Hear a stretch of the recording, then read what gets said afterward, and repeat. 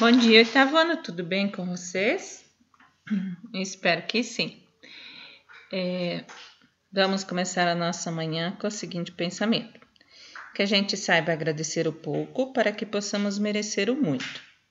Às vezes, ou na maioria das vezes, a gente sempre quer mais. Você acaba desejando muito e deixa de curtir o pouco.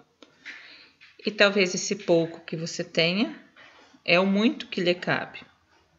Né? A gente não pode ficar se comparando aos outros, né? Cada um é único, então devemos agradecer a essas oportunidades que a gente tem e não querer ser ou viver o que aquele outro está sendo ou vivendo, ok? Vamos seguir a nossas atividades então. Hoje vamos estar revisando e corrigindo a primeira parte do capítulo 6, a Revolução Francesa, que é lá da página 108 à página 119. E aí, conforme combinado, tenho um livro aí em mão. Se não está com o livro aí em mão, pausa o vídeo agora, pega o seu livro, lápis, borracha na mão e acompanhando com o livro lá, ok? Na página 110 do livro,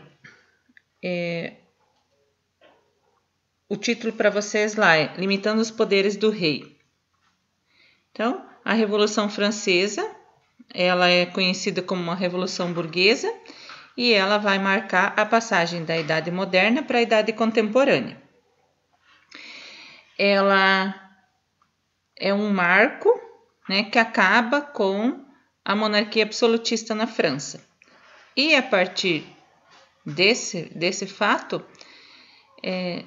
ocorreram várias outras situações, vários outros movimentos, várias outras revoluções que pegaram como contexto a Revolução Francesa.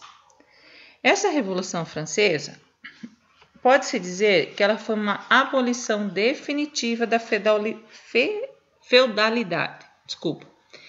Isso vocês têm lá na página 112. O que quer dizer essa abolição definitiva da feudalidade? A abolição é o fim. Lembra lá, a abolição da escravatura. É o fim da escravidão.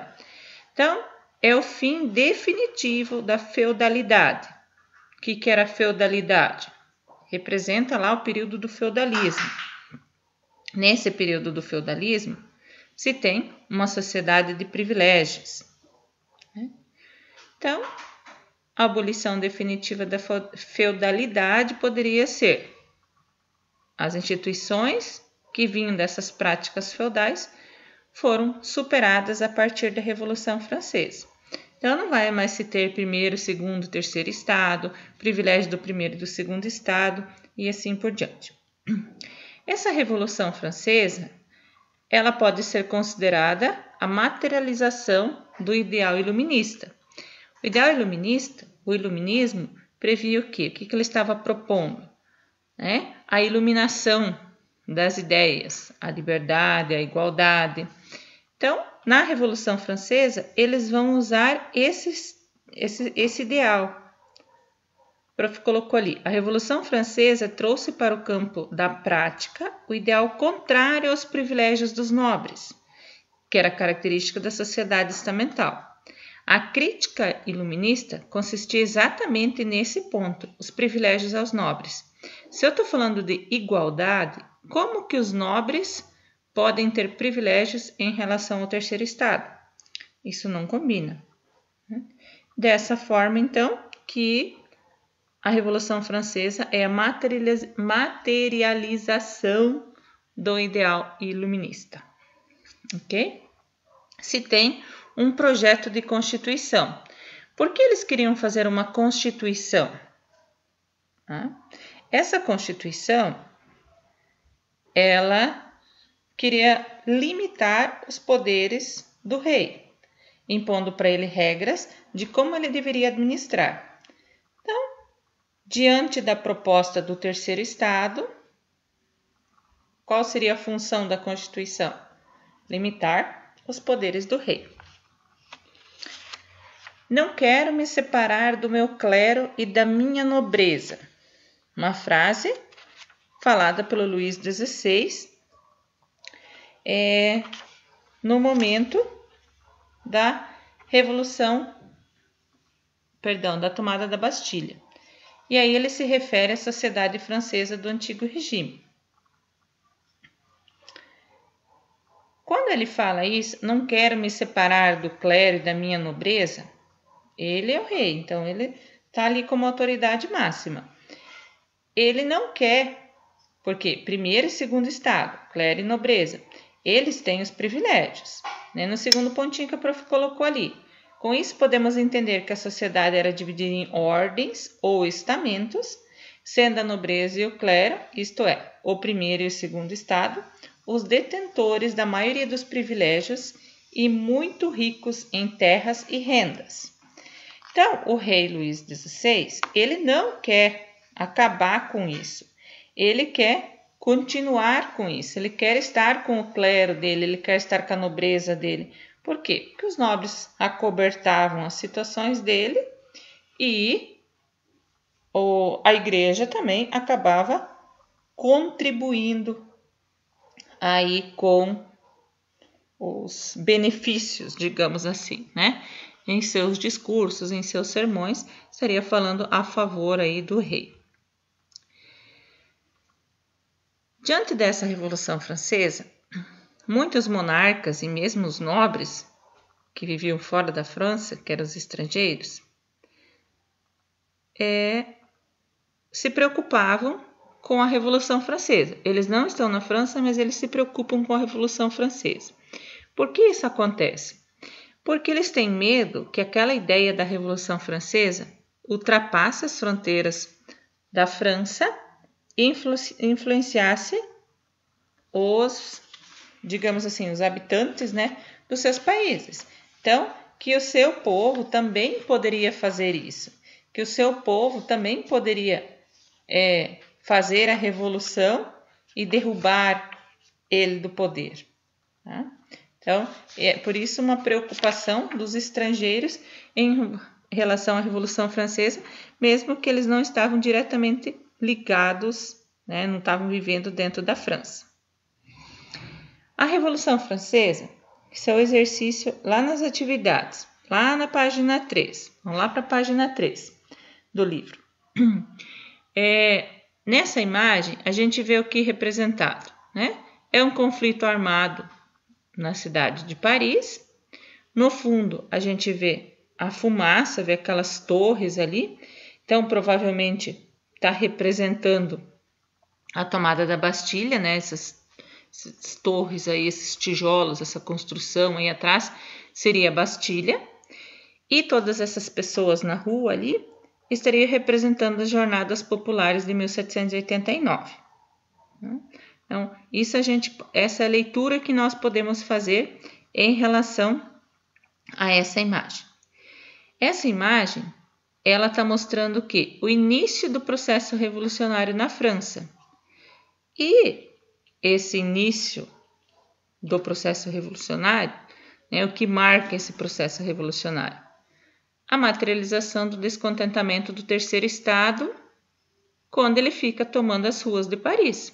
Ou seja, o terceiro estado está dando um basta.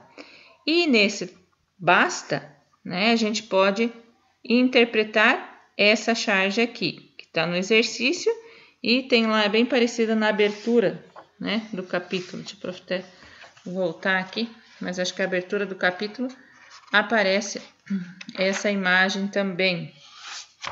Sim, na abertura do capítulo também tem essa imagem. Lá na página 131. Então, nessa imagem nós vemos ao fundo também a Bastilha. Do lado dela nós estamos vendo a representação da jornada. Óbvio, ali não tem a fumaça e tal, né? Mas o que chama atenção não é o segundo plano, e sim o primeiro plano. Nessa imagem, a gente tem um nobre, o clero, representado ali pelo padre, e esse terceiro estado que está no chão. Esse terceiro estado, ele está soltando essas amarras dele, né? essas correntes a quais ele estava preso, ele está soltando e ele está pegando em armas. Ou seja, a imagem mostra como o processo revolucionário foi desencadeado pela insatisfação desse terceiro estado que está aí no chão contra os privilégios da nobreza e do clero que estão em pé. Ou seja, esse personagem está representando a exploração do terceiro estado pelo clero e pela nobreza.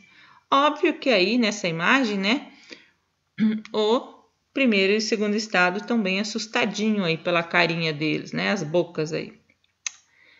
Então, sendo assim, a gente pode afirmar que as transformações que ocorreram, né, durante a Revolução Francesa, que foi iniciada em 1789, acabou abolindo os privilégios feudais e acabou com o regime de servidão, ou seja, com o trabalho dos servos. Os privilégios feudais é primeiro e segundo estado tendo privilégios, e o terceiro estado são os servos que estão trabalhando nesses feudos, nessas propriedades. E a Revolução Francesa, então, derruba essa base social do antigo regime absolutista francês e acaba se espalhando depois para os outros países. Na próxima aula, nós vamos ver como se dá a Revolução em si, né? Porque o capítulo o prof colocou hoje até a página 119 do conteúdo em si.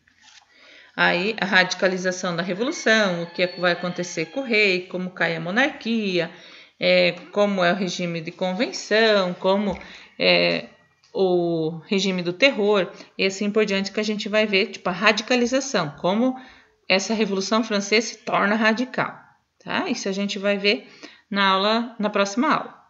As atividades para vocês, então, no livro, vocês vão fazer a releitura do capítulo 6 e vão fazer o seguinte, o exercício 1 a 4, não todos os exercícios agora, da página 112 à página 119. Vão fazer as atividades 2, 3 e 4, da página 130 e 131, essas últimas aí do vídeo.